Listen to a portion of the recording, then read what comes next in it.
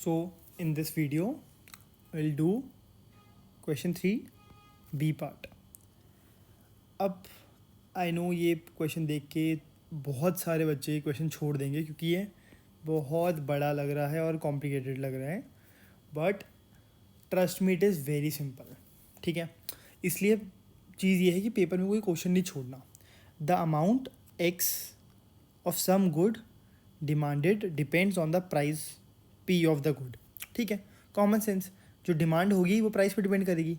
And the amount A the producer spends on research and development of the product. तो मतलब x function है price का good का और जितनी रिसर्च हो रही है.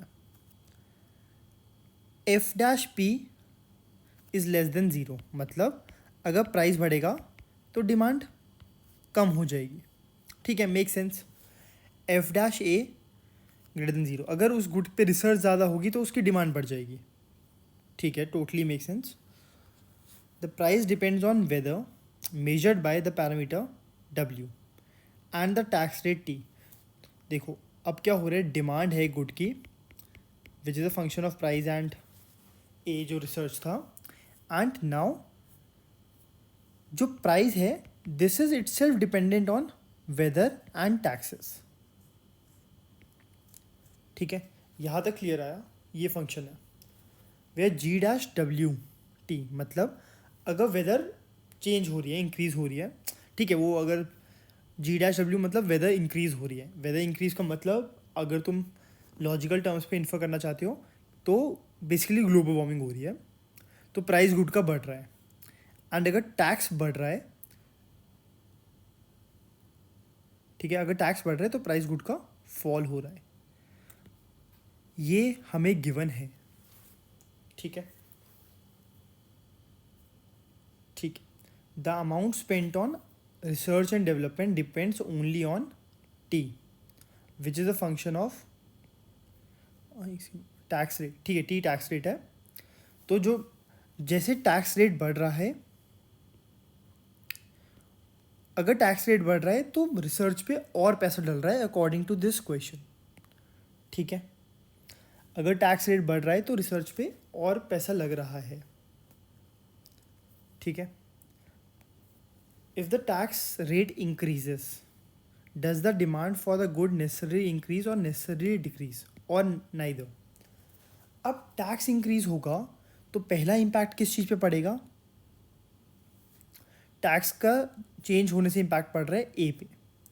टैक्स से देखो किस पे इम्पैक्ट पड़ा, ए पे.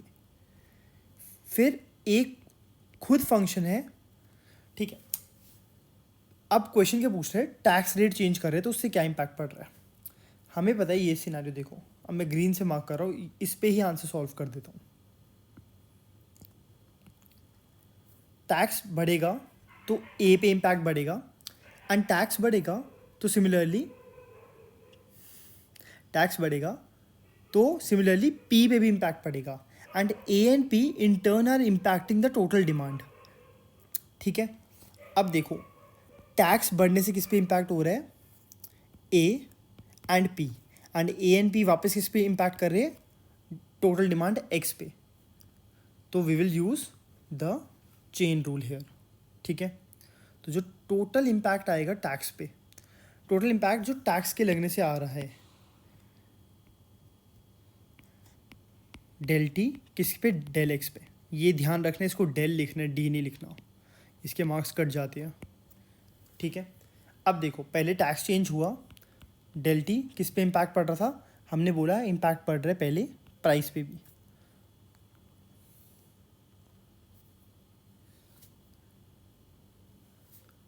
और मैं देख रहा हूँ कहाँ पे लिखा हुआ है, हाँ ये रहा. ठीक है, ये चीज़ देखो, तो टैक्स बढ़ेगा तो प्राइस पे इम्पैक्ट हो रहा है और प्राइस बढ़ने से वापस इम्पैक्ट किस पे आ रहा है, एक्स पे. ये देखो, ये तो फंक्शन था ही हमारा. सिमिलरली अब टैक्स बढ़ा तो इम्पैक्ट किस पे आ रहा है, ए पे. और ए के बढ़ने से किस पे इम्पैक्ट आ रहा था, सेम चीज़ एक्स पे फिर से. तो टोटल इम्पैक्ट एक्स पे कितना होगा, क्योंकि टैक्स बढ़ने से प्राइस पे क्या इम्पैक्ट पड़ा एंड प्राइस बढ़ने से एक्स पे क्या पड़ा इम्पैक्ट, डिमांड पे क्या पड़ा। सिमिलरली टैक्स बढ़ा तो ए पे क्या इम्पैक्ट पड़ा जो रिसर्च था, एंड रिसर्च के बढ़ने से एक्स पे क्या इम्पैक्ट पड़ा। ठीक है, तो ये आ गया टैक्स का इम्पैक्ट हमारा टोटल डिमांड पे। अब del X by del P देखते हैं। This is del X by del P, this is less than zero. ठीक है, so we know del X by del P is negative,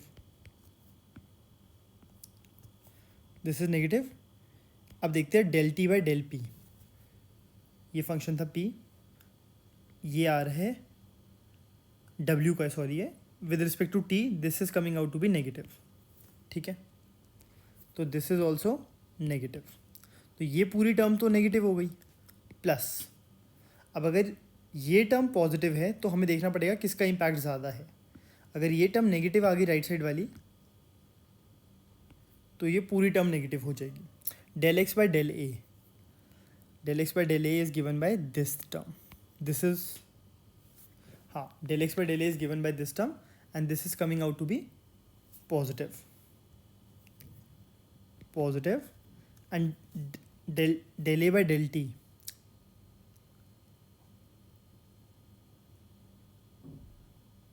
this term. So if you'll see, this term is coming out to be positive as well. ठीक है, okay sorry, negative negative should be positive, this is coming out to be positive. ठीक है, minus something multiplied by minus something, ये positive हो गया, add करा, this is also positive, so this whole thing is greater than zero. इसका मतलब यहाँ तक समझ आया, चेन रूल यूज़ किया, ये सारे इम्पैक्ट्स हमें गिवन थे। Del X by del P को देखो जैसे इन्होंने गिवन है एफ की फॉर्म में। ठीक है, del P by del T G की फॉर्म में है, ये देखो। ठीक है, अब इसका पूरा इम्पैक्ट पॉजिटिव आ रहा है। तुम यहाँ तक आंसर नहीं लिख सकते, तुम्हें आंसर लिखना है कि if the tax rate increases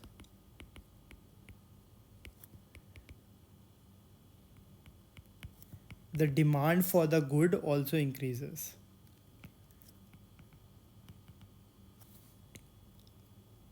ठीक है, ये थोड़ा इकोनॉमिक सेंस से वियर्ड है, but this is how you are suppose to write it. Paper में इसका 1 मार्क होगा। ठीक है, ओके, थैंक यू।